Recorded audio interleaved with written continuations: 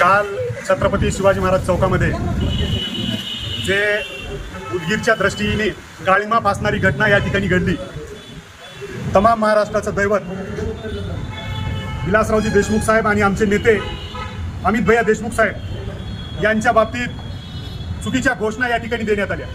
त्या घोषणांचा आम्ही जाहीर निषेध करतो। आज आम्ही पोलिसांना या ठिकाणी निवेदन दिलेलं आहे।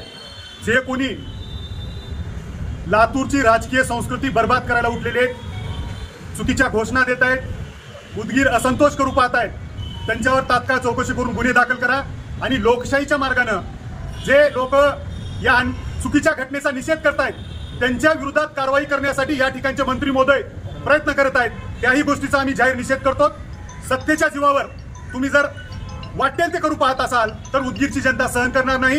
येणाऱ्या काळामध्ये तुम्ही ज्या पद्धतीने हे चुकीच्या घोषणा दिलात आणि घोषणेचं समर्थन करणाऱ्या लोकांना पाठीमागे घालण्याची भूमिका या ठिकाणी जे देत आहे त्याचा आम्ही उदगीर काँग्रेस महाविकास आघाडीच्या वतीनं तिन्ही पक्षाच्या वतीनं मिळून या ठिकाणी जाहीर निषेध करतो। येणाऱ्या काळामध्ये संबंधितांवर जर कारवाई करण्यात गेले तर येणाऱ्या काळामध्ये या ठिकाणी रस्ता रोको, मंत्र्याला काळे झेंडे दाखवणं, ह्या पुढच्या गोष्टीला समोर जाण्यासाठी त्यांनी तयार राहावं। माझी प्रशासनाला विनंती आहे, उदगीरचं प्रशासन सुव्यवस्था योग्य राखण्यासाठी संबंधितांवर तात्काळ गुन्हे दाखल करावे।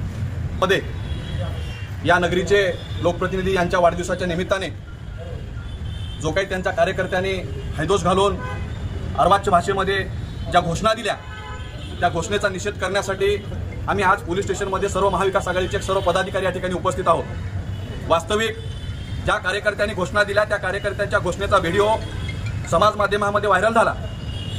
त्या व्हिडिओमध्ये कोणीही काही एडिटिंग केलेलं नाही, जशाचा तसा व्हिडिओ आहे। ज्या अमित भैया देशमुखांच्या शब्दावर इथले लोकप्रतिनिधी निवडून आले, ज्या अमित भैयांचा फोटो लावल्याशिवाय उदगीरमध्ये येत नव्हते, त्या अमित भैयाचा बाप आला म्हणण्याची घोषणा देण्याची हिंमत जर यांच्यामध्ये होत असेल तर या उदगीरमध्ये उदगीरकर तुमच्या लातूरकरांना पाऊल ठेवू देणार नाही, त्याची नोंद त्यांनी घ्यायला पाहिजे।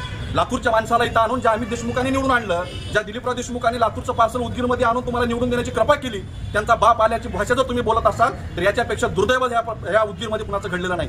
आजपर्यंत अनेक लोकप्रतिनिधी होऊन गेले, अशा प्रकारची भाषणं, अशा प्रकारच्या घोषणा आणि अशा प्रकारचं असंतोषाचं वातावरण यापूर्वी कधीही उदगीरमध्ये निर्माण झालेलं नव्हतं। म्हणून या पुढच्या काळामध्ये ज्या कोणी तुमच्या बाणगुळाने घोषणा दिल्या त्या बाणगुळावर या ठिकाणी गुन्हे दाखल झाले पाहिजेत।